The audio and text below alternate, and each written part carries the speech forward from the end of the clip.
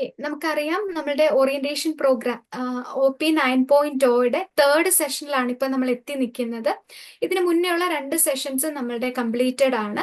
First session നമ്മുടെ ഒരു ice breaking session ആയിരുന്നു അല്ലെ, നമ്മുടെ ബാച്ച്മേറ്റ്സിനെ ഒക്കെ പരിചയപ്പെടാനായിട്ട് പറ്റി. അതിനുശേഷം വന്ന സെഷൻ 2 എന്ന് പറയുന്നത് യൂണിവേഴ്സിറ്റി റിലേറ്റഡ് ആയിട്ടുള്ള കുറെ കാര്യങ്ങൾ നമുക്ക് ആ ഒരു സെഷനിൽ നിന്ന് മനസ്സിലാക്കാനായിട്ട് പറ്റി. കുറെ ഡൗട്ട്സ് ഒക്കെ ക്ലിയർ ചെയ്യാനും ആ ഒരു സെഷൻ നമ്മളെ ഹെൽപ്പ് ചെയ്തു.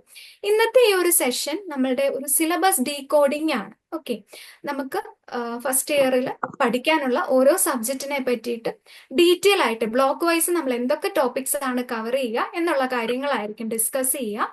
പിന്നെ നമുക്ക് നമ്മുടെ ലേൺവൈസ് ആപ്പിൽ അവൈലബിൾ ആയിട്ടുള്ള പല റിസോഴ്സസ് അതെങ്ങനെ യൂട്ടിലൈസ് ചെയ്യണം, ഈ കാര്യങ്ങളൊക്കെ നമ്മൾ ഡിസ്കസ് ചെയ്യും. അതോടൊപ്പം നമ്മളുടെ ടൈം ടേബിൾ ലോഞ്ചിങ്ങും ഈ ഒരു സെഷനിലായിരിക്കും നടക്കുക. ഓക്കെ, അപ്പൊ ഇന്ന് നമ്മളോടൊപ്പം ഈ സെഷനിൽ ജോയിൻ ചെയ്തിട്ടുള്ളത് കൊമേഴ്സ് ആൻഡ് മാനേജ്മെന്റ് ഡിപ്പാർട്ട്മെന്റിൽ നിന്ന് സ്നേഹ മാം ജോയിൻ ചെയ്തിട്ടുണ്ട്. അതോടൊപ്പം മുബീന മാം ജോയിൻ ചെയ്തിട്ടുണ്ട്. പിന്നെ നമ്മളോടൊപ്പം ജോയിൻ ചെയ്തിട്ടുള്ളത് നൂറ മാമും ആണ്. ഓക്കെ, അപ്പം എല്ലാവരും ഞാൻ ഈ ഒരു സെഷനിലേക്ക് ഇൻവൈറ്റ് ചെയ്യുന്നു. Welcome all. നമുക്ക് സ്റ്റാർട്ട് ചെയ്യാം. ഓക്കെ ഓക്കെ, സ്ക്രീൻ വിസിബിൾ ആണോ? മുബീന മാം സ്ക്രീൻ കാണാൻ പറ്റുന്നുണ്ടോ? കാണുന്നുണ്ട്. Okay okay okay. ഇപ്പം ഇന്നത്തെ ഈ ഒരു സെഷനിൽ നമ്മൾ പറഞ്ഞല്ലോ, സിലബസ് ഡീകോഡിംഗ് സെഷൻ ആണ്. Innovate with learn wise strategies for modern learning.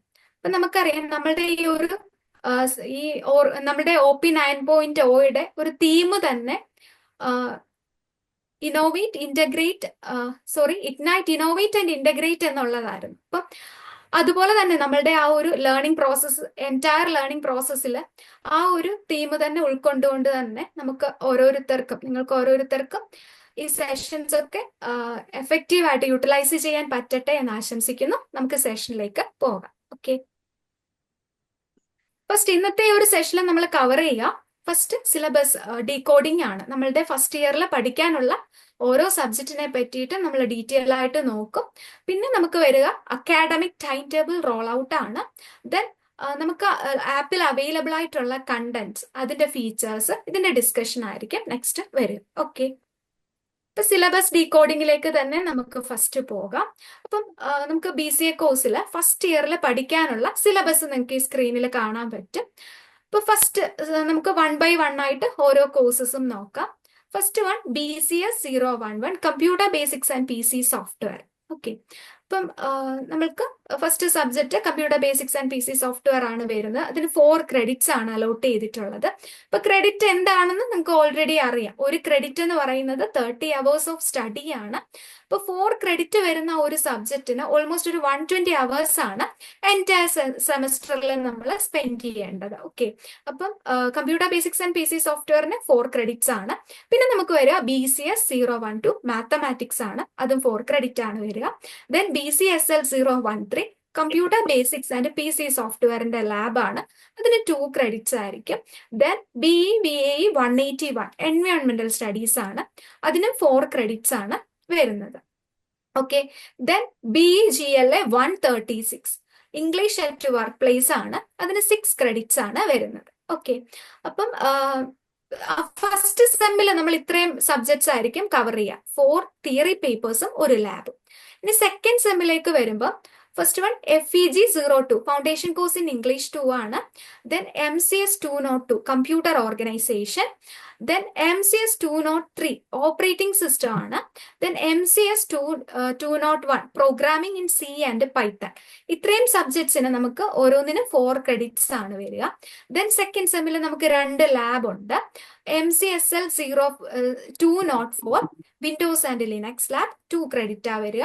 Then MCSL 205 C and Python lab. അങ്ങനെ 2 ലാബ് ആയിരിക്കും നമ്മളുടെ സെക്കൻഡ് സെമസ്റ്ററിൽ വരിക. ഓക്കെ, ഇനി നമ്മൾ സെക്കൻഡ് ഇയറിലേക്ക് പോകുമ്പോൾ നമുക്ക് കവർ ചെയ്യുന്ന സബ്ജക്ട്സുകൾ ഏതൊക്കെയാണെന്ന് ചോദിച്ചാൽ first one MCS 208 data structure and algorithms, അതിന്റെ 4 ക്രെഡിറ്റ് ആണ് അലോട്ട് ചെയ്തിട്ടുള്ളത്. Then MCS 207 database management system DBMS ആണ്, 4 ക്രെഡിറ്റ് ആണ് അതിന് വരിക. ദെൻ BCS 40 സ്റ്റാറ്റിസ്റ്റിക്കൽ ടെക്നിക്സ് ആണ്, ഓക്കെ, അതിന് 4 ക്രെഡിറ്റ്സ് ആണ് അലോട്ട് ചെയ്തിട്ടുള്ളത്. Then MCS 206 object oriented programming using ജാവയാണ്, 4 ക്രെഡിറ്റ് ആണ്. Then BCS 53 that is web programming, അതിന് നമുക്ക് 2 ക്രെഡിറ്റ്സ് ആണ് വരിക. Then BCS 041 fundamentals of computer networks ആണ്, 4 ക്രെഡിറ്റ് ആണ് അലോട്ട് ചെയ്തിട്ടുള്ളത്. Then BCOC 131 that is financial accounting ആണ്, അതിന് 6 ക്രെഡിറ്റ്സ് ആണ് അലോട്ട് ചെയ്തിട്ടുള്ളത്. അപ്പൊ നമുക്ക് സെക്കൻഡ് ഇയറിൽ വരുന്ന ലാബുകൾ ഏതൊക്കെയാണെന്ന് നോക്കാം. MCSL 209 ഡേറ്റാ സ്ട്രക്ചർ ആൻഡ് അൽഗോരിതത്തിന്റെ ലാബ് വരുന്നുണ്ട്. ലാബ് സെഷൻസിനെല്ലാം തന്നെ 2 ക്രെഡിറ്റ്സ് വീതമാണ് വരിക.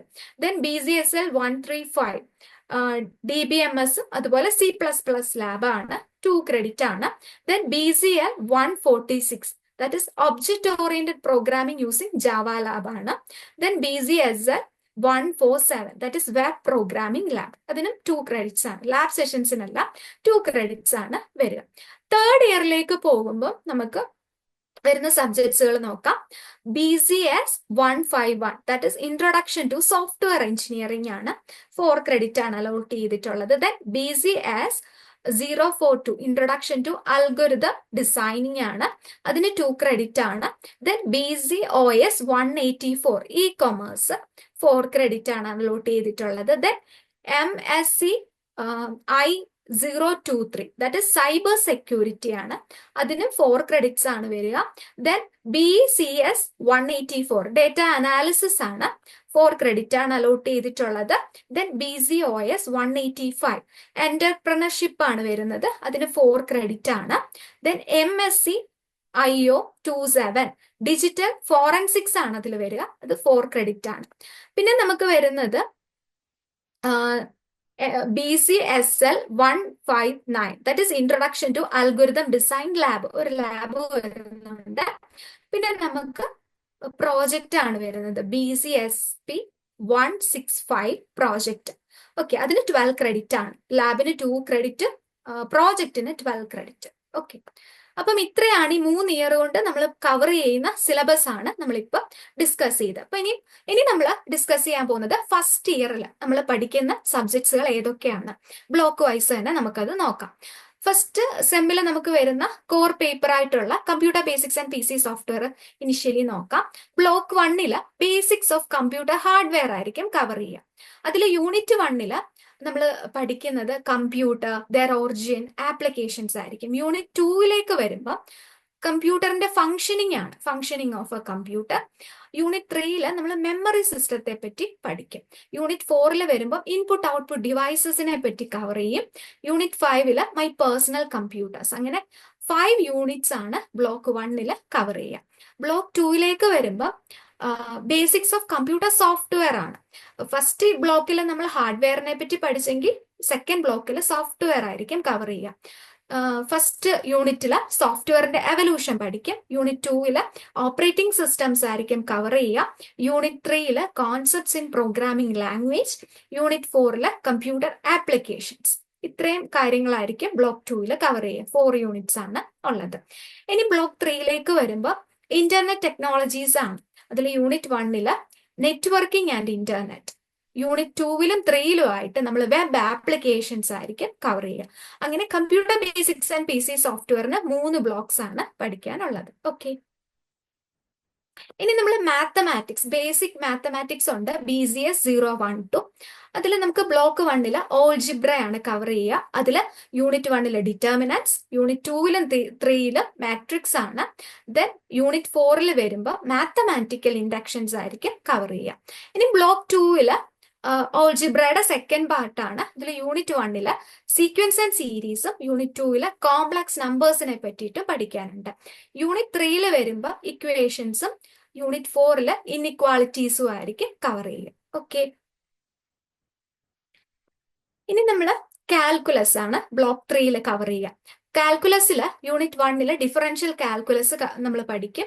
Unit 2 simple applications of differential calculus ആയിരിക്കും. യൂണിറ്റ് 3 ഇന്റഗ്രേഷൻസ് പഠിക്കും. Unit 4 application of integral calculus ആയിരിക്കും കവർ ചെയ്യുക. ബ്ലോക്ക് 4 നമുക്ക് വെക്ടേഴ്സും 3 ഡയമെൻഷണൽ ജോമെട്രിയും ആണ് പഠിക്കാനുള്ളത്. യൂണിറ്റ് 1 2 ആയിട്ട് വെക്ടേഴ്സ് ആയിരിക്കും കവർ ചെയ്യുക. യൂണിറ്റ് 3 3 ഡയമെൻഷണൽ ജോമെട്രി ആണ്. യൂണിറ്റ് 4 ലീനിയർ പ്രോഗ്രാമിംഗും ആണ് മാത്തമാറ്റിക്സിൽ നമ്മൾ കവർ ചെയ്യും. ഓക്കെ,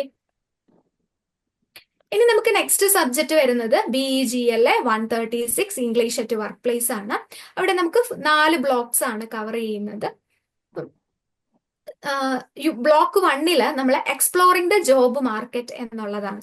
അവിടെ unit 1 profiling one self for a job. Okay, നമ്മൾ ജോബ് ഓപ്പർച്യൂണിറ്റിക്ക് വേണ്ടി ട്രൈ ചെയ്യുമ്പോൾ നമ്മൾ ശ്രദ്ധിക്കേണ്ട കാര്യങ്ങളും അതുപോലെ ജോബ് സെർച്ചിങ്ങും അതുപോലെ എങ്ങനെ ഒരു അഡ്വർടൈസ്മെന്റിന് റെസ്പോണ്ട് ചെയ്യാം, ഈ കാര്യങ്ങളൊക്കെയാണ്.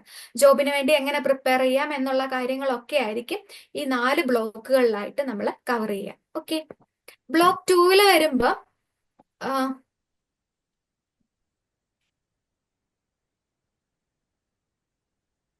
ഓക്കെ, ബ്ലോക്ക് 1 നമ്മൾ unit 1 profiling yourself for a job. Unit 2 ഒരു ജോബിന് സെർച്ച് ചെയ്യുന്ന കാര്യം. Okay, searching for a job.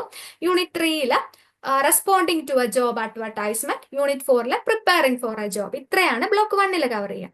Block 2 വരുമ്പോൾ നമ്മൾ യൂണിറ്റ് 5 സ്റ്റാർട്ട് ചെയ്യും. ബോഡി ലാംഗ്വേജസിനെ പറ്റിയിട്ടായിരിക്കും യൂണിറ്റ് 5 ഒരു ഇന്റർവ്യൂ ബേസ് ചെയ്ത് പറയുമ്പോൾ നമ്മളുടെ ബോഡി ലാംഗ്വേജിന്റെ എഫക്റ്റീവ് ആയിട്ടുള്ള ബോഡി ലാംഗ്വേജിനെ പറ്റിയിട്ട് യൂണിറ്റ് 6 പോർട്ട്ഫോളിയോ മേക്കിങ്ങിനെ പറ്റിയിട്ട് കവർ ചെയ്യും. യൂണിറ്റ് 7 CV പ്രിപ്പറേഷൻ ആയിരിക്കും കവർ ചെയ്യുക. Unit 8 preparation for A interview. നമ്മൾ എങ്ങനെ ഒരു ഇന്റർവ്യൂവിന് ഫേസ് ചെയ്യാം, എങ്ങനെ ഇന്റർവ്യൂവിന് വേണ്ടിയിട്ട് പ്രിപ്പയർ ചെയ്യണം, ഇത്രയും കാര്യങ്ങളായിരിക്കും ബ്ലോക്ക് 2. ഇനി block 3 skills for the work place ആണ്. ഓക്കെ, അവിടെ യൂണിറ്റ് 9 എറ്റിക്യൂസ്, കൾച്ചറൽ അവയർനെസ്, ജെൻഡർ പെർസ്പെക്ഷൻസ് ഇതൊക്കെ ആയിരിക്കും കവർ ചെയ്യുക. യൂണിറ്റ് 10 വരുമ്പോൾ അണ്ടർസ്റ്റാൻഡിങ് ദ കസ്റ്റമേഴ്സ് ആണ്. Unit 11 essential for customer service. Unit 12 work ethics. അപ്പം ബ്ലോക്ക് 3 കൂടുതലും കസ്റ്റമേഴ്സിനെ ഫോക്കസ് ചെയ്തിട്ട് ഉള്ള പോർഷൻസ് ആയിരിക്കും നമ്മൾ കവർ ചെയ്യുക ഒരു വർക്ക് പ്ലേസിൽ. ഓക്കെ, ബ്ലോക്ക് 4 വരുമ്പോൾ നമുക്ക് യൂണിറ്റ് 13 കവർ ചെയ്യുന്നത് പാർട്ടിസിപ്പേറ്റിംഗ് ഇൻ ഡിസ്കഷൻസ് ആണ്. യൂണിറ്റ് 14 മേക്കിംഗ് പ്രസന്റേഷൻസ് ആയിരിക്കും കവർ ചെയ്യുക.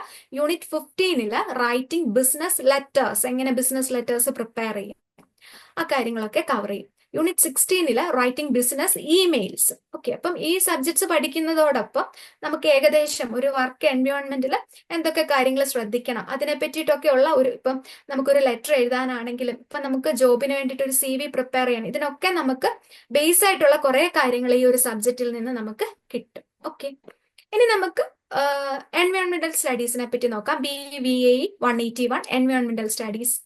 Block 1 introduction to environment and എൻവയോൺമെന്റൽ സ്റ്റഡീസ് കവർ ചെയ്യും. ബ്ലോക്ക് 2 നാച്ചുറൽ റിസോഴ്സസിനെ പറ്റിയിട്ടാണ് പഠിക്കുന്നത്. ബ്ലോക്ക് 3 എൻവയോൺമെന്റിൽ നേരിടുന്ന ഇഷ്യൂസ്, അതിന്റെ കൺസേൺസ് കവർ ചെയ്യും.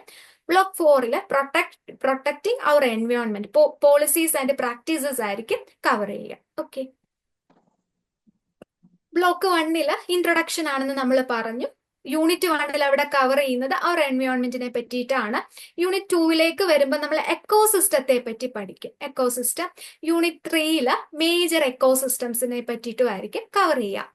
Block 2 natural resources. ഓക്കെ, അതിൽ യൂണിറ്റ് 4 നമ്മൾ ഓരോ നാച്ചുറൽ റിസോഴ്സസിനെ പറ്റിയിട്ട് പഠിക്കും. First one land and water റിസോഴ്സസിനെ പറ്റി പഠിക്കും. യൂണിറ്റ് 5 ഫോറസ്റ്റ് റിസോഴ്സസിനെ പറ്റിയിട്ടായിരിക്കും പഠിക്കുക. Unit 6 biodiversity, values and services ആയിരിക്കും. Unit 7 energy resources. ഓക്കെ, ഇപ്പൊ നാച്ചുറൽ റിസോഴ്സസ് ആയിരിക്കും കംപ്ലീറ്റ്ലി ബ്ലോക്ക് 2 കവർ ചെയ്യുക. ഇനി ബ്ലോക്ക് 3 വരുമ്പോൾ എൻവയോൺമെന്റ് നേരിടുന്ന ഇഷ്യൂസ്, കൺസേൺസ് ഒക്കെ ആയിരിക്കും. യൂണിറ്റ് 8 നമ്മൾ കവർ ചെയ്യുന്നത് ബയോഡൈവേഴ്സിറ്റി, അതിൽ നേരിടുന്ന ത്രെറ്റ്സ്, കൺസർവേഷൻസ് ഇതൊക്കെ കവർ ചെയ്യും. യൂണിറ്റ് 9 എൻവയോൺമെന്റൽ പൊല്യൂഷൻസ് ആൻഡ് ഹസാർഡ്സ് ആയിരിക്കും വരിക. യൂണിറ്റ് 10 വേസ്റ്റ് മാനേജ്മെന്റും യൂണിറ്റ് 11 ഗ്ലോബൽ എൻവയോൺമെന്റൽ ഇഷ്യൂസും ആയിരിക്കും നമുക്ക് പഠിക്കാനുള്ളത്. ഇനി ബ്ലോക്ക് 4ലേക്ക് വരുമ്പോൾ പ്രൊട്ടക്ടിങ് അവർ എൻവയോൺമെന്റൽ പോളിസീസ് ആൻഡ് പ്രാക്ടീസസ് ആണ്. യൂണിറ്റ് 12 എൻവയോൺമെന്റൽ ലെജിസ്ലേഷൻസ് ആയിരിക്കും കവർ ചെയ്യുക. Unit 13 human communities and environment. Unit 14 എൻവയോൺമെന്റൽ എത്തിക്സ് ആണ്. ഓക്കെ, ഇപ്പൊ 4 ബ്ലോക്സ് ആണ് നമുക്ക് എൻവയോൺമെന്റൽ സ്റ്റഡീസിൽ പഠിക്കാൻ വേണ്ടിയിട്ടുള്ളത്. ഇനി നമുക്ക് ലാബ് സെഷൻസിനെ പറ്റിയിട്ട് ഒന്ന് നോക്കാം. ഫസ്റ്റ് സെമ്മിൽ നമുക്ക് ഒരു ലാബ് ആണുള്ളത്, BCSL 013 computer basics and PC software lab. അതിൽ ഡിഫറെന്റ് യൂണിറ്റ്സ് നമുക്ക് നോക്കാം. യൂണിറ്റ് 1 ഓപ്പറേറ്റിംഗ് സിസ്റ്റത്തെ പറ്റി കവർ ചെയ്യും. Unit 2 word processor. Unit 3 spreadsheet ആയിരിക്കും പഠിക്കാനുള്ളത്. Then unit 4 power point. Unit 5 email. Unit 6 browsing and discussion forum. ഇത്രയും കാര്യങ്ങളാണ്. അപ്പൊ ഇതിന്റെയൊക്കെ പ്രാക്ടിക്കൽ ഇംപ്ലിമെന്റേഷൻസ് ആയിരിക്കും സ്റ്റഡി സെന്റേഴ്സിൽ ചെന്നിട്ട് നമ്മൾ ചെയ്യുക. ഓക്കെ, ഇനി നമുക്ക് സെക്കൻഡ് സെമ്മിലേക്ക് വരുമ്പോൾ ഫസ്റ്റ് സബ്ജക്ട് എന്ന് പറയുന്നത് FEG 02 foundation course in English 2. ഇവിടെ ബ്ലോക്ക് 1 ഇംഗ്ലീഷിൽ പാർട്ട് 1 ആയിട്ടാണ് ഡിവൈഡ് ചെയ്തിട്ടുണ്ട്. പാർട്ട് 1 പാർട്ട് 2 അങ്ങനെ നമുക്കുണ്ട്. പാർട്ട് 1 നമുക്ക് യൂണിറ്റ് 1 റൈറ്റിംഗ് പാരഗ്രാഫ്സ് ആണ്. യൂണിറ്റ് 2 റൈറ്റിംഗ് പാരഗ്രാഫ്സിന്റെ കണ്ടിന്യൂവേഷൻ വരുന്നുണ്ട്. അതുപോലെ ഡെവലപ്മെന്റ് ഓഫ് എ പാരഗ്രാഫ് ആണ് നമുക്ക് ഈ 2 യൂണിറ്റിലായിട്ടും പഠിക്കാനുള്ളത്. യൂണിറ്റ് 3 വരുമ്പോൾ റൈറ്റിംഗ് എ കോമ്പോസിഷൻ ആണ്. കോമ്പോസിഷൻസ് എങ്ങനെ റൈറ്റ് ചെയ്യാം എന്നുള്ളത്. യൂണിറ്റ് 4 എക്സ്പോസിറ്ററി കോമ്പോസിഷൻസ് ആയിരിക്കും വരിക. യൂണിറ്റ് 5 നോട്ട് ടേക്കിങ്ങിനെ പറ്റിയിട്ടായിരിക്കും കവർ ചെയ്യുക. ഓക്കെ, യൂണിറ്റ് 6 റൈറ്റിംഗ് റിപ്പോർട്ട്സ് ആണ്. റിപ്പോർട്ടിംഗ് ഈവൻസ്, ഈ കാര്യങ്ങളൊക്കെ ആ ഒരു യൂണിറ്റിൽ കവർ ചെയ്യും. ഇപ്പൊ ബ്ലോക്ക് 1 നമുക്ക് 6 യൂണിറ്റ്സ് ആണ് ഫൗണ്ടേഷൻ കോഴ്സ് ഇൻ ഇംഗ്ലീഷ് 2 പഠിക്കാനുള്ളത്. ഇനി ബ്ലോക്ക് 2 വരുമ്പോൾ പാർട്ട് 2 ആയിട്ടാണ് വരുന്നത്. അവിടെ യൂണിറ്റ് 7 ആർഗ്യുമെന്റേറ്റീവ് കോമ്പോസിഷൻ ആണ്. യൂണിറ്റ് 8 വരുമ്പോൾ ആർഗ്യുമെന്റേറ്റീവ് കോമ്പോസിഷന്റെ സെക്കൻഡ് പാർട്ടാണ് അവിടെ കവർ ചെയ്യുക. യൂണിറ്റ് 9 നോട്ട് ടേക്കിങ്ങിന്റെ ഫസ്റ്റ് ബ്ലോക്കിൽ കവർ ചെയ്തു. അതിന്റെ കണ്ടിന്യൂവേഷൻ ആയിട്ടായിരിക്കും ഈ ഒരു ബ്ലോക്കിൽ നമ്മൾ പഠിക്കുക. Use of tables and diagrams. Okay, unit 10 വരുമ്പോൾ റൈറ്റിംഗ് റിപ്പോർട്ട്സ് 2 ആണ്. റിപ്പോർട്ട് മീറ്റിംഗ്, സ്പീച്ചസ്, ഇതൊക്കെ കവർ ചെയ്യും. പിന്നെ നമ്മൾ യൂണിറ്റ് 11 12 സമ്മറി റൈറ്റിംഗ് ആണ്. ഓക്കെ, ഒരു പാരഗ്രാഫ് അല്ലെങ്കിൽ നമ്മളൊരു കുറച്ച് ഡോക്യുമെന്റേഷൻസ് അല്ലെങ്കിൽ എന്തെങ്കിലും വായിക്കുന്നു, അതിന്റെ സമ്മറി എങ്ങനെ പ്രിപ്പയർ ചെയ്യണം, സമ്മറി പ്രിപ്പയർ ചെയ്യുമ്പോൾ ശ്രദ്ധിക്കേണ്ട കാര്യങ്ങൾ, ഇതൊക്കെ ആയിരിക്കും കവർ ചെയ്യുക. ഇനി ബ്ലോക്ക് 3 വരുമ്പോൾ യൂണിറ്റ് 13 റൈറ്റിംഗ് പാരഗ്രാഫ്സിന്റെ തേർഡ് ഒരു സെഷൻ ആയിട്ടാണ് വരുന്നത്. ഓക്കെ, ഇതെല്ലാം കണ്ടിന്യൂവേഷൻ ആയിട്ടാണ്. ഇംപ്രൂവ്മെന്റ്സ് ഇൻക്ലൂഡ് ചെയ്ത് അഡ്വാൻസ്ഡ് ലെവലിലേക്ക് നമ്മളൊരു പാരഗ്രാഫ് റൈറ്റിംഗിൽ എത്തുക, അതാണ് ഉദ്ദേശിക്കുന്നത്. ദെൻ യൂണിറ്റ് 14 നറേറ്റീവ് കോമ്പോസിഷനും യൂണിറ്റ് 15 നറേറ്റീവ് കോമ്പോസിഷന്റെ കണ്ടിന്യൂവേഷൻ ആണ് വരിക. യൂണിറ്റ് 16 റൈറ്റിംഗ് റിപ്പോർട്ട്സ് ആണ്. അതുപോലെ ഇന്റർവ്യൂസ് റിപ്പോർട്ട് ചെയ്യുക, ഇതൊക്കെ ആയിരിക്കും കവർ ചെയ്യുക. യൂണിറ്റ് 17 റൈറ്റിംഗ് റിപ്പോർട്ട്സിന്റെ കണ്ടിന്യൂവേഷൻ സർവേസ് റിപ്പോർട്ട് ചെയ്യുക, അതെങ്ങനെയാണ് എന്നുള്ളത് നമ്മൾ അവിടെ കവർ ചെയ്യും. ദെൻ യൂണിറ്റ് 18 റൈറ്റിംഗ് സമ്മറൈസ്, വീണ്ടും സമ്മറിയുടെ ഇതിൽ നമ്മൾ പല പല ടെക്നിക്സും കാര്യങ്ങളും ഒക്കെ ആയിരിക്കും പഠിക്കുന്നത്. സമ്മറി ഒക്കെ റൈറ്റ് ചെയ്യുമ്പോൾ ശ്രദ്ധിക്കേണ്ട കാര്യങ്ങളും ഒക്കെ. ഇനി ബ്ലോക്ക് 4 വരുമ്പോൾ നമുക്ക് പാർട്ട് 4 ആയിട്ടാണ് അത് വരിക. അത് യൂണിറ്റ് 19 ഡിസ്ക്രിപ്റ്റീവ് കോമ്പോസിഷൻ ആണ്. ഓക്കെ, ഡിസ്ക്രൈബിങ് പേഴ്സൺസിനെ ഡിസ്ക്രൈബ് ചെയ്യുക. അതുപോലെ യൂണിറ്റ് 20 വരുമ്പോൾ ഡിസ്ക്രിപ്റ്റീവ് കോമ്പോസിഷൻ 2 ആണ്. അവിടെ പ്ലേസസ് അല്ലെങ്കിൽ ഒബ്ജക്ട്സിനെ ഡിസ്ക്രൈബ് ചെയ്യുകയാണ് ചെയ്യുക. ദെൻ യൂണിറ്റ് 21 വരുമ്പോൾ നമുക്ക് describing conditions and processes. Okay, then unit 22 വരുമ്പോൾ നോട്ട് ടേക്കിംഗ് തന്നെ ഇവിടെ കണ്ടിന്യൂ ചെയ്യുന്നു. ദെൻ യൂണിറ്റ് 23 വരുമ്പോൾ റൈറ്റിംഗ് റിപ്പോർട്ട്സ് ആണ്. ഓക്കെ, എക്സ്പെരിമെന്റ്സ് റിപ്പോർട്ട് ചെയ്യുന്നു. ദെൻ യൂണിറ്റ് 24 സമ്മപ്പ് ആണ്. ഓക്കെ, അപ്പൊ ഇങ്ങനെ 4 ബ്ലോക്സ് ആയിരിക്കും ഫൗണ്ടേഷൻ കോഴ്സ് ഇൻ ഇംഗ്ലീഷ് 2 നമ്മൾ സെക്കൻഡ് സെമ്മിൽ കവർ ചെയ്യുക. ഓക്കെ, ഇനി സെക്കൻഡ് സെമ്മിൽ നമുക്ക് വരുന്ന സബ്ജക്ട്സ് കോർ പേപ്പേഴ്സ് ആണ്. MCS 201 programming in C and Python. ഇവിടെ നമ്മൾ പഠിക്കുന്നത് സിയും പൈത്തണും ഒറ്റ ഒരു കോഴ്സ് ആയിട്ട് തന്നെ പഠിക്കുകയാണ്. കുറച്ച് പോർഷൻസ് സിയും കുറച്ച് പോർഷൻസ് പൈത്തണും, ആ ഒരു രീതിയിൽ 2 ബ്ലോക്ക് C ആണെങ്കിൽ 2 ബ്ലോക്ക് നമ്മൾ പൈത്തൺ ആയിരിക്കും കവർ ചെയ്യുക. ബ്ലോക്ക് 1 സിയുടെ ഇൻട്രൊഡക്ഷൻ ആയിരിക്കും കവർ ചെയ്യുന്നത്. സി പ്രോഗ്രാമിംഗിന്റെ ബേസിക് സിന്റാക്സ്, സെമാൻറ്റിക്സ്, ഇതൊക്കെ കവർ ചെയ്യും. യൂണിറ്റ് 1 പ്രോഗ്രാമിംഗ് ഫണ്ടമെന്റൽസ് നമ്മൾ പഠിക്കും. ഓക്കെ, ദെൻ യൂണിറ്റ് 2 വരുമ്പോൾ ഡേറ്റ ടൈപ്സ് നമുക്കറിയാം. സി പ്രോഗ്രാമിൽ ഡിഫറെന്റ് ഡേറ്റ ടൈപ്സ് ഉണ്ട്, ഓപ്പറേറ്റേഴ്സ് ഉണ്ട്, എക്സ്പ്രഷൻസ് ഉണ്ട്, അങ്ങനെ വേരിയബിൾ ഡിക്ലറേഷൻ, അങ്ങനെ ബേസിക് ആയിട്ടുള്ള കാര്യങ്ങളെല്ലാം അവിടെ കവർ ചെയ്യും. യൂണിറ്റ് 3 വരുമ്പോൾ decision and loop control statement. ഇപ്പൊ നമ്മൾ പ്രോഗ്രാമിൽ യൂസ് ചെയ്യുന്ന ഡിഫറെന്റ് ടൈപ്പ് ഓഫ് സ്റ്റേറ്റ്മെന്റ്സ് ഉണ്ട്, ലൂപ്പിംഗ്, കൺട്രോൾ സ്റ്റേറ്റ്മെന്റ്സ്, ഇത് ഓരോന്നും ഇൻ ഡീറ്റെയിൽ ആയിട്ട് പഠിക്കും. ദെൻ യൂണിറ്റ് 4 വരുമ്പോൾ അറേസിനെ പറ്റിയിട്ടും സ്ട്രിങ്സിനെ പറ്റിയിട്ടും ആയിരിക്കും കവർ ചെയ്യുക. Okay.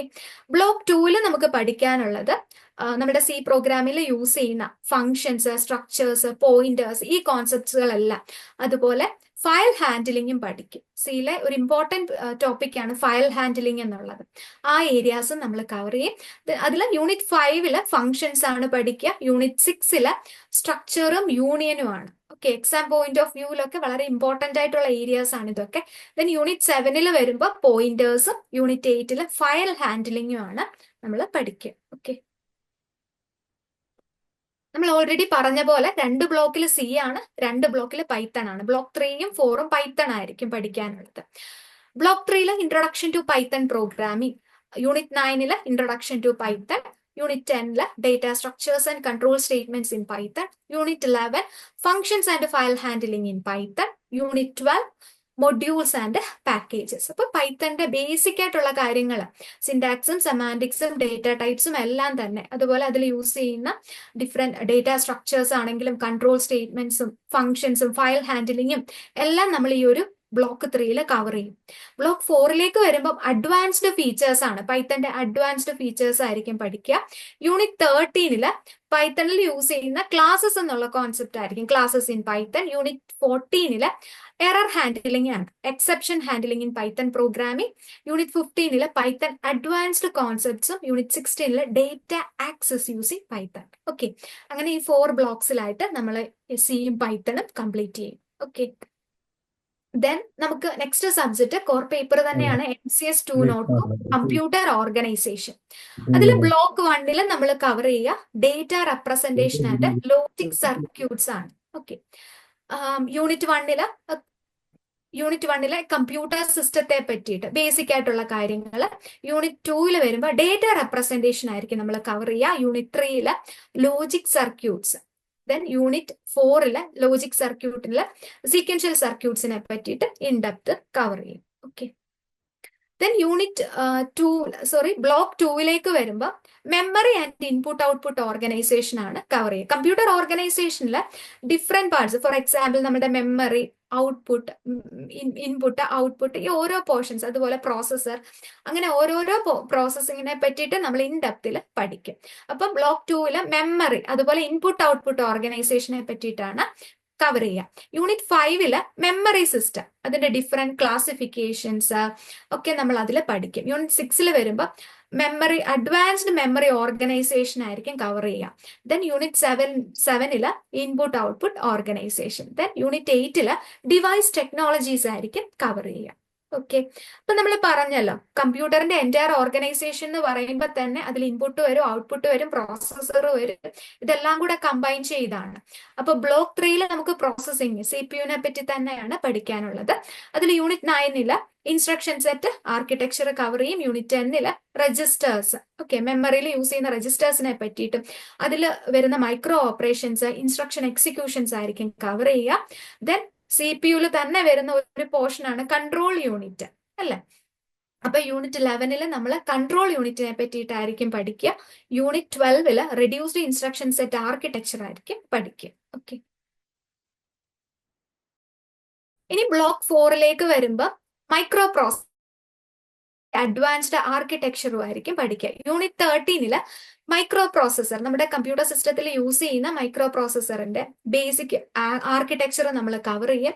Unit 14 introduction to assembly language programming ആണ് പഠിക്കുന്നത്. പിന്നെ യൂണിറ്റ് 15 വരുമ്പോൾ അസംബ്ലി ലാംഗ്വേജ് പ്രോഗ്രാമിംഗും കവർ ചെയ്യും. യൂണിറ്റ് 16 അഡ്വാൻസ്ഡ് ആർക്കിടെക്ചേഴ്സ് ആയിരിക്കും കവർ ചെയ്യുക മൈക്രോ പ്രോസസറിന്റെ. ഓക്കെ, നെക്സ്റ്റ് നമുക്ക് വരുന്നത് MCS 203 ഓപ്പറേറ്റിംഗ് സിസ്റ്റം എന്ന് പറയുന്ന സബ്ജക്റ്റ് ആണ്. ഇതൊക്കെ ഈ ഓരോ സബ്ജക്റ്റും നമ്മൾ നോക്കിക്കഴിഞ്ഞാൽ കാണാം വളരെ ബേസ് ആയിട്ടും നമുക്ക് ഫൗണ്ടേഷൻ കമ്പ്യൂട്ടർ സയൻസിലെ ഫൗണ്ടേഷൻ നമുക്ക് മെച്ചപ്പെടുത്താൻ വേണ്ടിയിട്ട് ആഡ് ചെയ്തിട്ടുള്ള കോഴ്സുകളാണ് ഇത് ഓരോന്നും. ഓപ്പറേറ്റിംഗ് സിസ്റ്റം നമുക്ക് അതുപോലെ ഇമ്പോർട്ടൻ്റ് ആണ്. Block 1 introduction to operating system and process management. Unit 1 operating സിസ്റ്റത്തിന്റെ ഓവർവ്യൂ ആണ് പഠിക്കുന്നത്. യൂണിറ്റ് 2 വരുമ്പോൾ പ്രോസസ്സുകളെ പറ്റിയിട്ടാണ് പഠിക്കുക. യൂണിറ്റ് 3 ഇന്റർ പ്രോസസ് കമ്മ്യൂണിക്കേഷൻ സിങ്ക്രണൈസേഷനും യൂണിറ്റ് 4 ഡെഡ്ലോക്സും ആണ് കവർ ചെയ്യുക. ഓക്കെ, ഇനി നമ്മൾ ബ്ലോക്ക് 2 വരുമ്പോൾ മെമ്മറി മാനേജ്മെന്റ്, അതുപോലെ ഫയൽ മാനേജ്മെന്റ്, സെക്യൂരിറ്റി, ഇത്രയും കാര്യങ്ങളായിരിക്കും. യൂണിറ്റ് 1 മെമ്മറി മാനേജ്മെന്റ്, ഓപ്പറേറ്റിംഗ് സിസ്റ്റത്തിന്റെ ഹെൽപ്പോട് കൂടി എഫക്റ്റീവ് ആയിട്ടുള്ള memory management. Unit 2 virtual memory പറ്റി നമ്മൾ പഠിക്കും. Unit 3 input output and file management ആയിരിക്കും കവർ ചെയ്യുക. യൂണിറ്റ് 4 വരുമ്പോൾ സെക്യൂരിറ്റി ആൻഡ് പ്രൊട്ടക്ഷൻ. ഇത്രയും പോർഷൻസ് ആയിരിക്കും ബ്ലോക്ക് 2 കവർ ചെയ്യുക. ഓക്കെ, ഇനി നമുക്ക് MCS 2 ഓപ്പറേറ്റിംഗ് സിസ്റ്റം തന്നെയാണ് നമ്മളിപ്പോൾ പറഞ്ഞുകൊണ്ടിരിക്കുന്നത്. അതിന്റെ ബ്ലോക്ക് 3 നമ്മൾ വരിക. Advanced topics in operating system. Advanced ടോപ്പിക്കിൽ വരുമ്പോൾ multiprocessing, distributed operating system, mobile operating system, ഈ ഏരിയാസ് ഒക്കെ ആയിരിക്കും കവർ ചെയ്യുക. അതിൽ യൂണിറ്റ് 1 മൾട്ടി പ്രോസസർ സിസ്റ്റത്തെ പറ്റിയിട്ടും, unit 2 distributed operating system, unit 3 mobile operating സിസ്റ്റംസും ആയിരിക്കും കവർ ചെയ്യുക. ഓക്കെ, നമുക്ക് ബ്ലോക്ക് 4 വരുമ്പം കേസ് സ്റ്റഡീസ് ആയിരിക്കും. യൂണിറ്റ് 1 വിൻഡോസ് 10 പറ്റിയിട്ട്, യൂണിറ്റ് 2 ലിനക്സ് ഓപ്പറേറ്റിംഗ് സിസ്റ്റം, പിന്നെ നമുക്ക് unit 3 4 mobile operating system, Android, iOS ആയിരിക്കും കവർ ചെയ്യുക. ഓക്കെ, ഇനി നമുക്ക് ലാബ് സെഷൻസിലേക്ക് വരുമ്പോൾ സെക്കൻഡ് സെമ്മിൽ 2 ലാബാണ് നമുക്കുള്ളത്. First one MCSL 204 Windows and Linux lab. Windows and Linux ലാബിൽ 2 സെഷൻസ് ആയിട്ടാണ് ഡിവൈഡ് ചെയ്തിട്ടുള്ളത്. ഫസ്റ്റ് സെഷനിൽ വിൻഡോസ് 10 ആയിരിക്കും, നമ്മൾ വിൻഡോസ് 10 ഓപ്പറേറ്റിംഗ് സിസ്റ്റം ആണ് പഠിക്കാനുള്ളത്. സെഷൻ 2 വരുമ്പോൾ ലിനക്സ് ഓപ്പറേറ്റിംഗ് സിസ്റ്റം, ലിനക്സിലെ കമാൻഡ്സും കാര്യങ്ങളും ഒക്കെ ഇൻഡെപ്തിൽ അതിൽ കവർ ചെയ്യും. ഓക്കെ, ദെൻ നമുക്ക് MCSL 205 C and Python lab.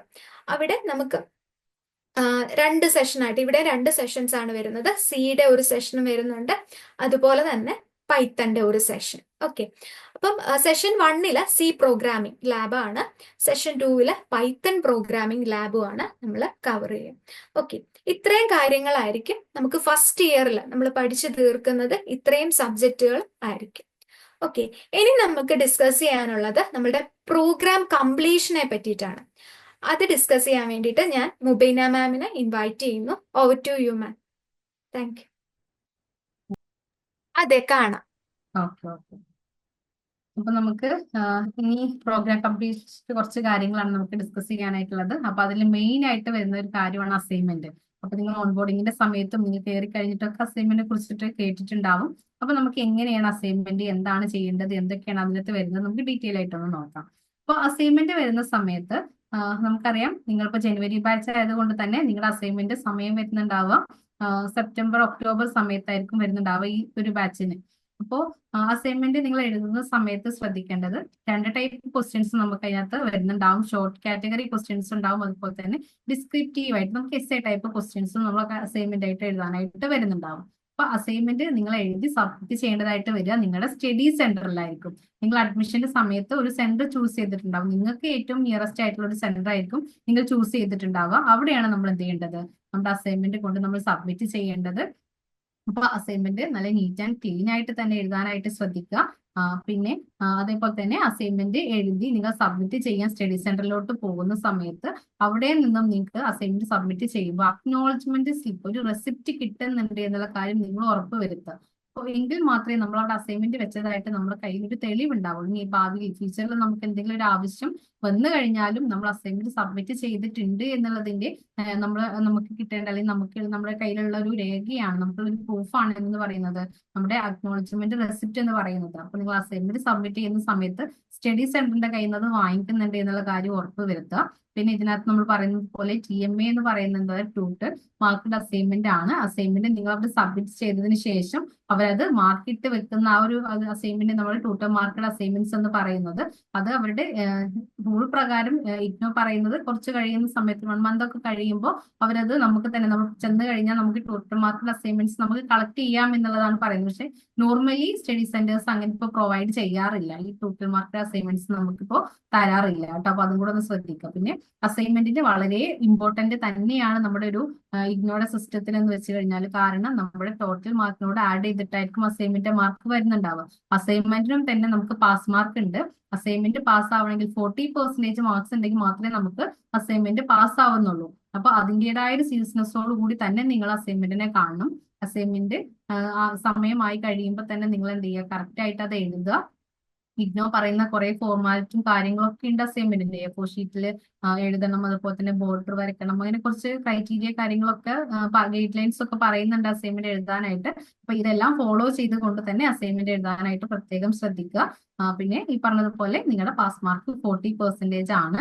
അതും കൂടെ ഒന്ന് നോട്ട് ചെയ്ത് വെച്ചേക്കുക. പിന്നെ കറക്റ്റ് ഡേറ്റിൽ സബ്മിറ്റ് ചെയ്യുന്നുണ്ട് എന്നുള്ളതും കൂടെ ഒന്ന് ഉറപ്പ് വരുത്തുക. ലാസ്റ്റ് മൊമെന്റിലോട്ട് നിൽക്കാതെ ഒരു സബ്മിഷൻ ഡേറ്റിന് മുമ്പായിട്ട് തന്നെ മാക്സിമം നിങ്ങൾ സബ്മിറ്റ് ചെയ്യാനായിട്ടും കൂടെ ശ്രദ്ധിക്കുക കേട്ടോ. ഇതാണ് അസൈൻമെന്റിനെ കുറിച്ചിട്ട് പ്രധാനമായിട്ടും പറയാനുള്ള കാര്യം എന്ന് വെച്ച് കഴിഞ്ഞാൽ, നെക്സ്റ്റ് നമുക്ക് TEE ആണ്, ടേം ആൻഡ് എക്സാമിനേഷൻ ആണ് TEE കൊണ്ട് ഉദ്ദേശിക്കുന്നത്. അപ്പോൾ നിങ്ങളുടെ എക്സാം തന്നെ ഈ പറഞ്ഞതുപോലെ തന്നെ ഈ ബാച്ചിന്റെ നടക്കുന്നുണ്ടാവുക ജൂണിൽ, അല്ലെങ്കിൽ 2 സമയത്താണ് നമുക്ക് എക്സാം നടക്കുക. ഒന്ന് ജൂൺ സൈക്കിളിലും മറ്റൊന്ന് ഡിസംബർ സൈക്കിളിലുമാണ് നമുക്ക് എക്സാം വരിക. അത് ജൂൺ സൈക്കിളിൽ എക്സാം എഴുതുന്ന ആൾക്കാരാണെങ്കിൽ നമ്മൾ അത് രജിസ്റ്റർ ചെയ്യേണ്ടി വരിക ഈ ഒരു മാർച്ച് സമയമാകുമ്പോഴായിരിക്കും നമുക്ക് അതിന്റെ പോർട്ടൽ ഓപ്പൺ ആവുക. എക്സാം രജിസ്റ്റർ ചെയ്യണം. നമ്മൾ എക്സാം എഴുതുന്നതിന് മുമ്പായിട്ട് തന്നെ എക്സാം രജിസ്ട്രേഷൻ ചെയ്തിട്ടുണ്ടായിരിക്കണം. ജൂണിൽ എക്സാം എഴുതുന്നവരാണെങ്കിൽ നമുക്ക് മാർച്ചിലായിരിക്കും നമ്മുടെ ലിങ്ക് ഓപ്പൺ ആയിട്ട് വരുന്നുണ്ടാവുക. ഇനി ഡിസംബർ സൈക്കിളിൽ എഴുതുന്ന ആൾക്കാരാണെങ്കിൽ സെപ്റ്റംബർ ഒക്ടോബർ സമയമാകുമ്പോഴേക്ക് നമ്മുടെ എക്സാമിന്റെ ലിങ്ക് ഓപ്പൺ ആകും, രജിസ്ട്രേഷനുള്ള ലിങ്ക് ഓപ്പൺ ആവും. അപ്പോൾ ലിങ്ക് ഓപ്പൺ ചെയ്ത ഉടനെ തന്നെ നിങ്ങൾ എക്സാം രജിസ്റ്റർ ചെയ്യുന്നുണ്ട് എന്നുള്ള കാര്യം കൂടെ ഉറപ്പ് വരുത്തുക.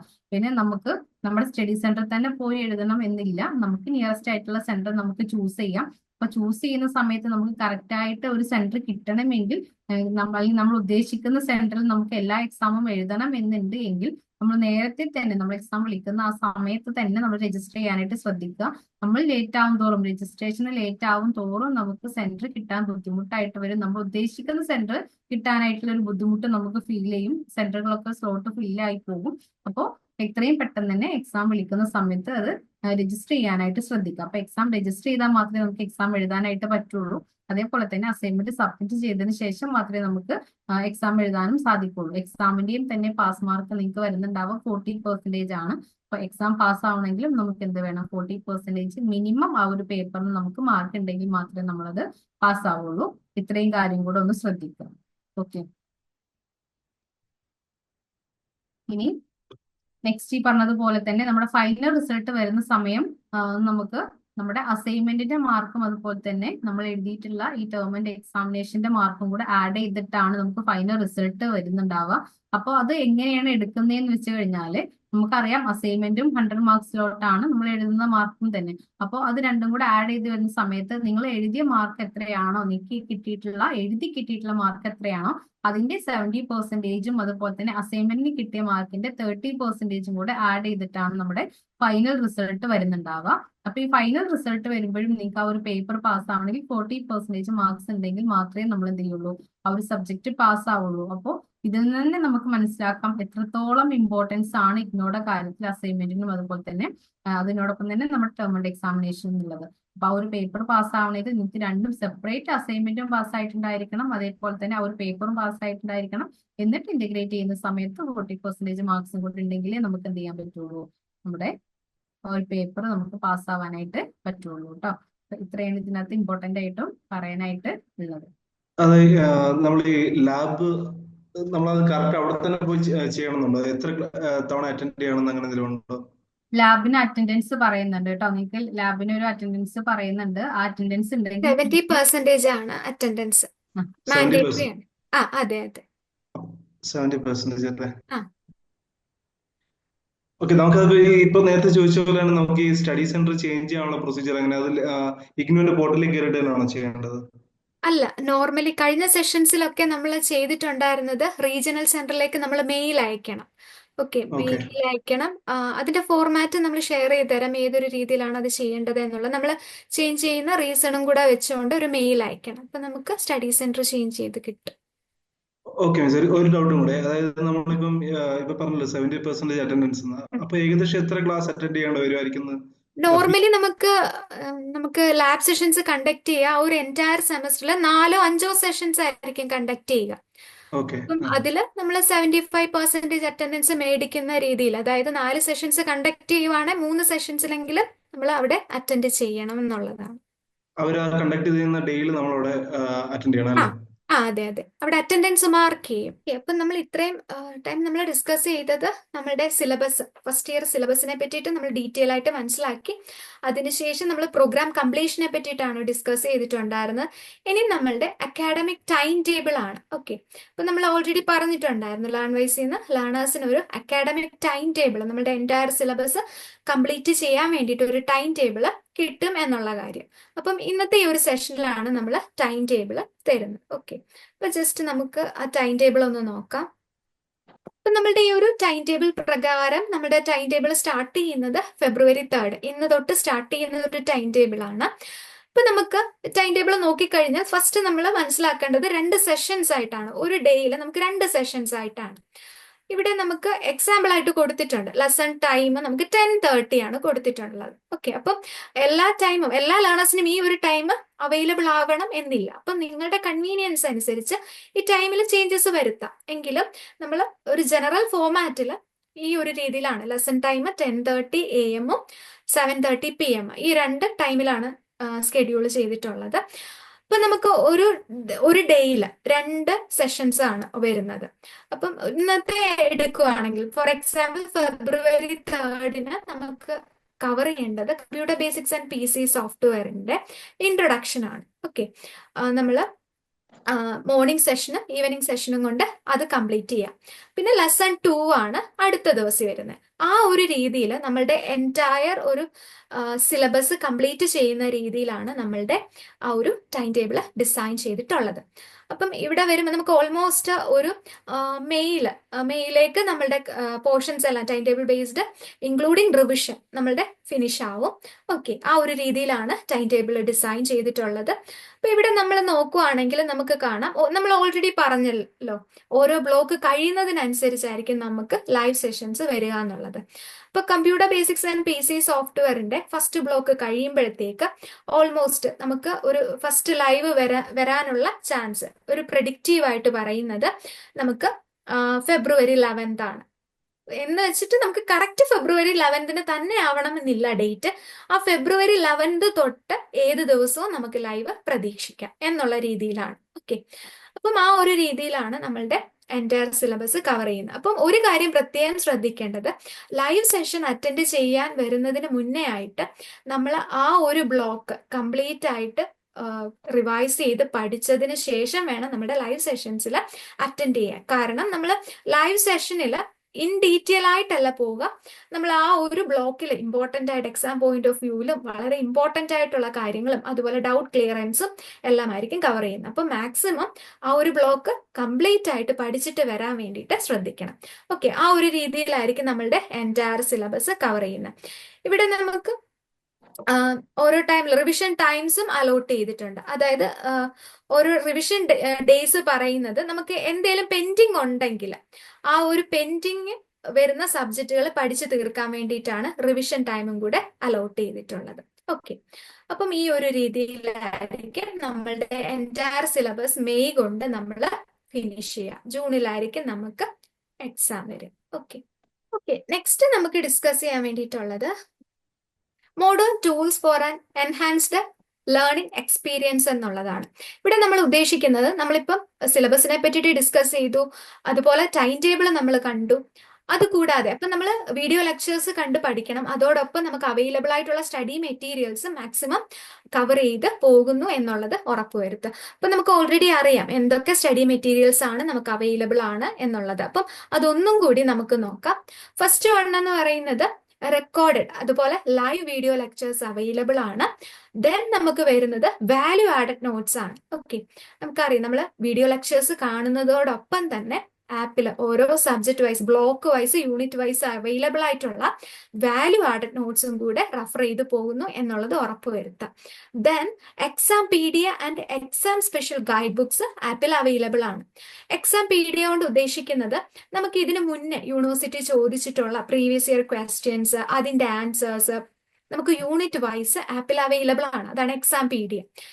അതുപോലെ എക്സാം സ്പെഷ്യൽ ഗൈഡ് ബുക്സ് നമുക്ക് അവൈലബിൾ ആണ്. ഇത് റെഫർ ചെയ്ത് നമ്മൾ പഠിക്കണം. കാരണം നമുക്ക് ആ ഒരു പാറ്റേൺ അനലൈസ് ചെയ്ത് കഴിഞ്ഞാൽ തന്നെ ഒരു ഗുഡ് സ്കോറിലേക്ക് നമുക്ക് എത്താനായിട്ട് പറ്റും. പ്രീവിയസ് ഇയർ ക്വസ്റ്റ്യൻസ് ഒക്കെ എടുത്തു വെച്ച് നമ്മൾ നോക്കിക്കഴിഞ്ഞാൽ ഒത്തിരി ക്വസ്റ്റ്യൻസ്, അതായത് പ്രത്യേകം ഏരിയകളിൽ നിന്ന് റിപ്പീറ്റ് ആയിട്ട് ക്വസ്റ്റ്യൻസ് ചോദിക്കാറുണ്ട്. അപ്പം അത് നമുക്ക് ഒന്ന് മനസ്സിലാക്കാൻ ഈ എക്സാം PDF ഹെൽപ്പ് ചെയ്യും. ഓക്കെ, പിന്നെ നമുക്ക് അവൈലബിൾ ആയിട്ടുള്ള റിസോഴ്സ് ആണ് assignment answer guide book. Okay, നമുക്ക് യൂണിവേഴ്സിറ്റി നമ്മുടെ അസൈൻമെന്റിന്റെ സിലബസ് പബ്ലിഷ് ചെയ്യും. ആ അസൈൻമെന്റ് സിലബസ് ബേസ് ചെയ്തിട്ടുള്ള answer book, okay, answer guide book നമുക്ക് ആപ്പിൽ അവൈലബിൾ ആകും. അപ്പം അസൈൻമെന്റ്സ് എഴുതുമ്പോൾ നമ്മൾ ശ്രദ്ധിക്കേണ്ട ഒരു കാര്യം, കറക്റ്റ് നമ്മൾ ആ ഒരു ഗൈഡ് ബുക്ക് റെഫർ ചെയ്ത് അതേപോലെ എഴുതാതെ നമ്മൾ എക്സ്ട്രാ പോയിന്റ്സും കൂടെ ആഡ് ഓൺ ചെയ്ത് ടെക്സ്റ്റ് ബുക്ക് ഒക്കെ റെഫർ ചെയ്ത് എക്സ്ട്രാ പോയിന്റ്സ് കൂടെ ആഡ് ഓൺ ചെയ്ത് വേണം അസൈൻമെന്റ്സ് എഴുതാൻ വേണ്ടിയിട്ട്. കാരണം നമ്മൾ ഈ അസൈൻമെന്റ് എഴുതുന്നതോടൊപ്പം നമ്മൾ ആ എക്സാമിന് വേണ്ടിയിട്ട് പ്രിപ്പയർ ചെയ്യുകയാണ് എന്നുള്ളത് പ്രത്യേകം നമ്മളൊന്ന് ഓർക്കണം. കാരണം നമ്മളുടെ ഈ അസൈൻമെന്റ്സിന് ചോദിക്കുന്ന ക്വസ്റ്റ്യൻസ് ഒക്കെ തന്നെ അവിടെ നമ്മുടെ ടേം ആൻഡ് എക്സാമിനും ചോദിക്കാനുള്ള ചാൻസസ് കൂടുതലാണ്. ഓക്കെ, അപ്പം അസൈൻമെന്റ് നമ്മൾ എഫക്റ്റീവ് ആയിട്ടുള്ള രീതിയിൽ അണ്ടർസ്റ്റാൻഡിങ്ങിലൂടെ നമ്മൾ എഴുതുന്നത് വഴി നമ്മൾ ആ ഒരു ടേം ആൻഡ് എക്സാമിനോടുള്ള പ്രിപ്പറേഷനോടാണ് ഇവിടെ കവർ ചെയ്തു പോകുന്നത്. ഓക്കെ, അപ്പം ആ ഒരു കാര്യം പ്രത്യേകം ശ്രദ്ധിച്ചിട്ട് ജസ്റ്റ് കോപ്പി പേസ്റ്റ് ചെയ്യാതെ വായിച്ച് മനസ്സിലാക്കി ആ ഒരു രീതിയിൽ തന്നെ അസൈൻമെന്റ്സ് കംപ്ലീറ്റ് ചെയ്യാൻ ശ്രദ്ധിക്കാം. ഓക്കെ, പിന്നെ നമുക്ക് എക്സ്ട്രാ വരുന്ന ടൂൾസ് ആൻഡ് സപ്പോർട്ട്സ് ആണ് നോക്കുന്നത്. Previous year question paper ultimate analysis, exam ഒക്കെ അടുക്കുന്ന ആ ഒരു ടൈമിലേക്ക് നമുക്ക് ഓൾമോസ്റ്റ് ഒരു 5 ടേംസിലെ question papers, previous year question papers evaluate ചെയ്തിട്ട് മോഡേൺ ടെക്നിക്സ് ഒക്കെ യൂസ് ചെയ്തിട്ട് നമ്മൾ എന്താണ് റെക്കറിങ് ഏരിയാസ് അല്ലെങ്കിൽ ഓരോ ബ്ലോക്ക് വൈസ് റെക്കറിങ് ആയിട്ട് വരുന്ന ടോപ്പിക്സ് ഒക്കെ കവർ ചെയ്തിട്ടുള്ളതാണ് previous year examination ultimate question paper analysis. അവിടെ നമുക്കൊരു പ്രഡിക്റ്റീവ് ആയിട്ടുള്ള ക്വസ്റ്റ്യൻ പേപ്പറും കിട്ടും ഓരോ സബ്ജക്റ്റിന്റെ. അപ്പം അത് നോട്ട് ചെയ്യുക. പിന്നെ നമുക്ക് വരുന്നതാണ് ലേൺ വൈസ് കണ്ടക്ട് ചെയ്യുന്നതാണ് IGNOU model exams. IGNOU model exams online through ആണ് കണ്ടക്ട് ചെയ്യുന്നത്. അത് 3 hour എക്സാം ആയിരിക്കും. ഇഗ്നോയുടെ അതേ പാറ്റേൺ ഫോളോ ചെയ്താണ് മോഡൽ എക്സാംസ് കണ്ടക്ട് ചെയ്യുക. അപ്പം നമ്മൾ എക്സാമിന് പോകുന്നതിന് മുന്നേ ആ ഒരു റിയൽ ടൈം എക്സ്പീരിയൻസ് നമുക്ക് ഇവിടുന്ന് തന്നെ കിട്ടുന്നുണ്ട്. ഓക്കെ, അപ്പം നേരത്തെ അതായത് പ്രീവിയസ് ബാച്ചിലെ സ്റ്റുഡൻസ് ഒക്കെ പറഞ്ഞിട്ടുണ്ട് മോഡൽ എക്സാംസ് അവർക്ക് വളരെ ഹെൽപ്ഫുൾ ആയി, അത് ആ ഒരു പാറ്റേൺ മനസ്സിലാക്കാൻ അവരെ ഹെൽപ്പ് ചെയ്തു എന്നുള്ളത്. അപ്പം ഇഗ്നോ മോഡൽ എക്സാംസ് വരുന്ന ടൈമിൽ അത് അറ്റൻഡ് ചെയ്യുക. പിന്നെ നമുക്ക് എക്സാം അടുക്കുമ്പോഴത്തേക്ക് ഇവിടെ ലേൺ വൈസിൽ ഒരു എക്സാം ഹെൽപ്പ് ഡെസ്ക് ഉണ്ട്. അതായത് എങ്ങനെ എക്സാമിന് രജിസ്റ്റർ ചെയ്യണം എന്നുള്ള ഡിഫിക്കൽട്ടീസ് ഫേസ് ചെയ്യുന്ന ലേണേഴ്സിന് വേണ്ടിയിട്ട് എക്സാം ഹെൽപ്പ് ഡെസ്കുകൾ ഓപ്പൺ ചെയ്യും. ആ ഒരു ഫെസിലിറ്റിയും കൂടെ യൂട്ടിലൈസ് ചെയ്യാം. പിന്നെ നമുക്കറിയാം ഇംഗ്ലീഷ് എൻറിച്ച്മെന്റ് പ്രോഗ്രാം അല്ലെ EEP, അതായത് നമ്മുടെ ലാംഗ്വേജ് ഇംപ്രൂവ് ചെയ്യാൻ വേണ്ടി ലാംഗ്വേജ് പ്രൊഫഷൻസി ഇംപ്രൂവ് ചെയ്യാൻ വേണ്ടിയിട്ടുള്ള ഒരു ആഡ് ഓൺ കോഴ്സ് ആണ് EEP. അതിന്റെ അടുത്ത സെഷൻ ഉടനെ തന്നെ സ്റ്റാർട്ട് ചെയ്യും. അപ്പം ആ സെഷൻസ് ഒക്കെ അറ്റൻഡ് ചെയ്യുക. ഓക്കെ, പിന്നെ നമുക്ക് വരുന്നതാണ് കോ കരിക്കുലർ ഈവെന്റ്സ് വരും. കോ കരിക്കുലർ ഈവെന്റ്സിൽ വരുന്നത് നമ്മുടെ ഓണം സെലിബ്രേഷൻസ്, ക്രിസ്മസ്, ഗാന്ധി ജയന്തി ഇതുപോലുള്ള സെലിബ്രേഷൻസ് ഒക്കെ വെർച്വലി കണ്ടക്ട് ചെയ്യാറുണ്ട്. അപ്പം ആ സെഷൻസ് ഒക്കെ മാക്സിമം അറ്റൻഡ് ചെയ്യുക, പാർട്ടിസിപ്പേറ്റ് ചെയ്യുക. പിന്നെ നമുക്ക് വരുന്നത് upskilling and career development initiatives ആയിരിക്കും വരും. ഓക്കെ, അപ്പം ബേസിക് ആയിട്ട് ഇത്രയും കാര്യങ്ങളൊക്കെയാണ്. അപ്പം ഓരോ റിസോഴ്സും മാക്സിമം യൂട്ടിലൈസ് ചെയ്ത് നന്നായിട്ട് തന്നെ എക്സാമിന് പ്രിപ്പറേഷനും അതുപോലെ തന്നെ ഒരു ബ്രൈറ്റ് ഫ്യൂച്ചർ എല്ലാവർക്കും ഉണ്ടാവട്ടെ എന്ന് ആശംസിക്കുന്നു. ഓക്കെ, ഇനി നമുക്ക് വരുന്നത് Q&A സെഷൻ ആണ്. എന്തെങ്കിലും ഡൗട്ട്സ് ഇത്രയും നമ്മൾ ഡിസ്കസ് ചെയ്തതിൽ നിന്ന് എന്തെങ്കിലും ഡൗട്ട്സ് ഉണ്ടെങ്കിൽ ചോദിച്ചോളൂ. മാം, എനിക്കൊരു ഡൗട്ട് ഉണ്ട്. ഇപ്പോ ചോദിച്ചു. ജൂൺ ആ ഒരു ടൈമിലല്ലേ നമ്മുടെ എക്സാംസ് ഇപ്പോ ഈ ആ ജാനുവരി ബാച്ചിന് വരുന്നത്? ആ അപ്പൊ അതിന്റെ ജനുവരി ബാച്ച്. ആ അതിന്റെ അപ്പോ ഇനി രജിസ്ട്രേഷൻ എന്ന് പറയുമ്പോൾ നെക്സ്റ്റ് മന്ത് മുതൽ എന്നല്ലേ പറഞ്ഞത്? ഒരു മാർച്ചിലേക്കൊക്കെ നമുക്ക് സ്റ്റാർട്ട് ചെയ്യും. ഓക്കെ, അപ്പോ നമുക്കിപ്പോ ക്ലാസ് തുടങ്ങാനായിട്ട് വൈകില്ല, അതിന്റെ ഡിലേ ഈ എക്സാംസിന് ഉണ്ടാവാൻ ചാൻസ് ഉണ്ടോ? അതോ എക്സാം എപ്പോഴും ഇല്ല, പെർഫെക്റ്റ് ജൂണിൽ ആയിട്ട് കറക്റ്റ് ആയിട്ട് തന്നെ ജൂണിൽ തന്നെ എക്സാം ഉണ്ടാവും. എക്സാമിന്റെ കറക്റ്റ് ടൈമിന് എക്സാംസ് നടക്കുന്നുണ്ടാവും അല്ലേ? കറക്റ്റ് ടൈമിൽ തന്നെ നടക്കും. ഓക്കെ. എക്സാംസ് ഒക്കെ ഫ്രീക്വന്റ് ആയിട്ട് ഉണ്ടാവുമോ എന്ന് പറഞ്ഞാൽ ബ്രേക്ക് ഇട്ടാണോ വരുന്നത്? ബ്രേക്ക് മോസ്റ്റ് പ്രോബബിലി ബ്രേക്സ് ഉണ്ട്. കഴിഞ്ഞ സൈക്കിളിലാണെങ്കിലും ചില എക്സാംസ് ഒക്കെ ഇന്നൊരു എക്സാം ഉണ്ടെങ്കിൽ നാളെ എക്സാം റെയർ ആയിട്ട് അങ്ങനെ വരാറുള്ളൂ. മിക്കവാറും നമുക്ക് ഗ്യാപ്പ് ഉണ്ടാവും. ചില എക്സാംസിനൊക്കെ 1 വീക്സ് ഒക്കെ ഗ്യാപ്പ് വരുന്ന എക്സാംസും ഇതിനു മുന്നേ വന്നിട്ടുണ്ട്. എന്തായാലും 1 ഡേ എങ്കിലും ഗ്യാപ്പ് കാണും. റെയർ ആയിട്ടേ അടുപ്പിച്ച് വരാറുള്ളൂ. ഡൗട്ട്സ്? അതുപോലെ മാഡം മറ്റേ പ്രാക്ടിക്കലും നമ്മുടെ ലാബ് സെക്ഷൻ ഇല്ലേ, ലാബ് സെക്ഷൻ ഇതുപോലെ ഫ്രീക്വന്റ് ആയിട്ട് ഉണ്ടാവുമോ? ഒരു 4 ഫസ്റ്റ് സെമസ്റ്ററിൽ 4 ലാബ് എന്തോ ഇല്ലേ? അപ്പൊ അത് 4-5 ലാബേ വരാറുള്ളൂ. അത് ഫ്രീക്വന്റ് ആയിട്ട് വീക്കെൻഡ്സിലായിരിക്കും ഉണ്ടാവോ? കണ്ടക്ട് ചെയ്യുക. ഒരു വീക്കെൻഡില്ല എന്ന് പറഞ്ഞാൽ ഒരു 4 ആഴ്ച കൊണ്ടാണ് ലാബ് തീരുക അല്ലെ? അതെ. കുവൈറ്റിൽ എക്സാം സെന്റർ ഉണ്ടോ എന്ന് ചോദിച്ചിട്ടുണ്ട് ഒരാൾ കേട്ടോ. കുവൈറ്റിൽ എക്സാം സെന്റർ ഉണ്ടോ എന്ന് ചാറ്റ് ബോക്സിൽ ഇട്ടിട്ടുണ്ട്.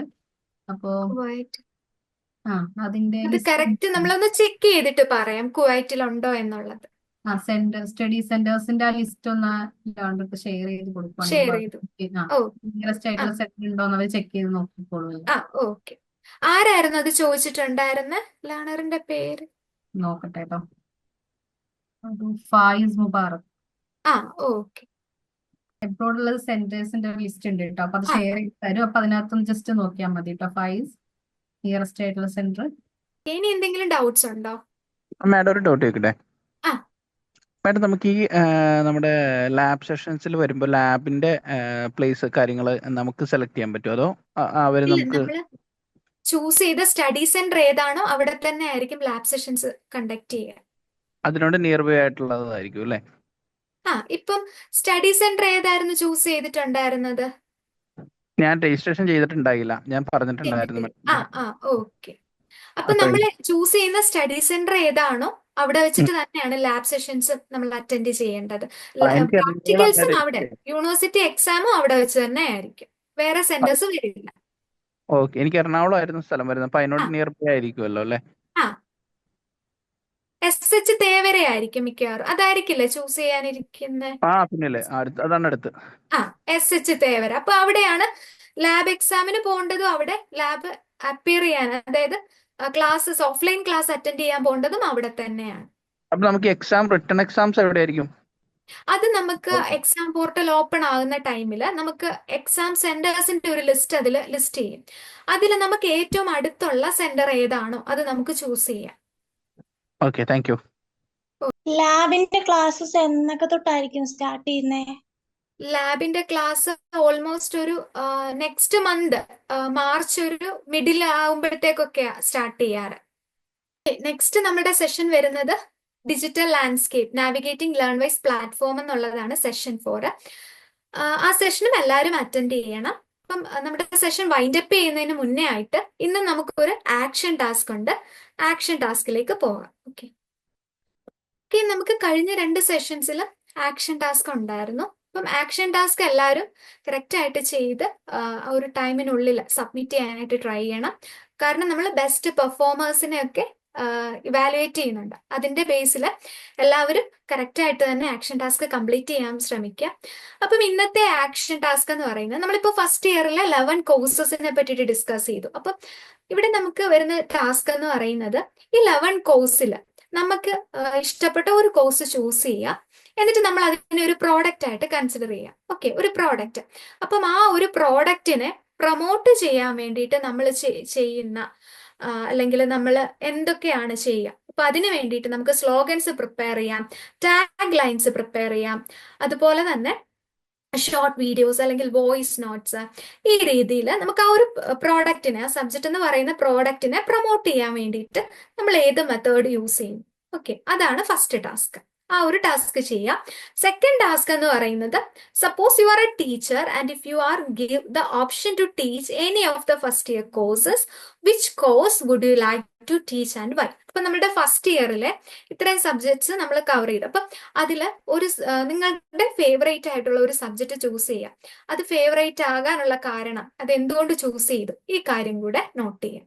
ഓക്കെ, ഇങ്ങനെ 2 ടാസ്കുകളാണ് ഇന്നത്തെ ഒരു സെഷനിൽ വരിക. ഓക്കെ, അത് കറക്റ്റ് ആയിട്ട് ചെയ്ത് അയച്ചു തരും. അപ്പം നമ്മളുടെ ഇന്നത്തെ ഈ ഒരു സെഷൻ ഇത്രയും കാര്യങ്ങളൊക്കെയാണ് കൺവേ ചെയ്യാനായിട്ട് ഉദ്ദേശിച്ചത്. അതുപോലെ ടൈം ടേബിൾ ഷെയർ ചെയ്ത് തരാം. ഓക്കെ, അപ്പം അത് ബേസ് ചെയ്തിട്ട് എല്ലാവരും നന്നായിട്ട് തന്നെ പഠിച്ചു പോവുക. ഓക്കെ, നല്ല രീതിയിൽ പ്രോഗ്രാം കംപ്ലീഷൻ നമുക്ക് പറ്റട്ടെ, എല്ലാവർക്കും അതിന് പറ്റട്ടെ എന്ന് ആശംസിക്കുന്നു. All the very best. ഇതിൽ നമുക്ക് സെഷൻ വൈൻഡപ്പ് ചെയ്യാം. Thank you all.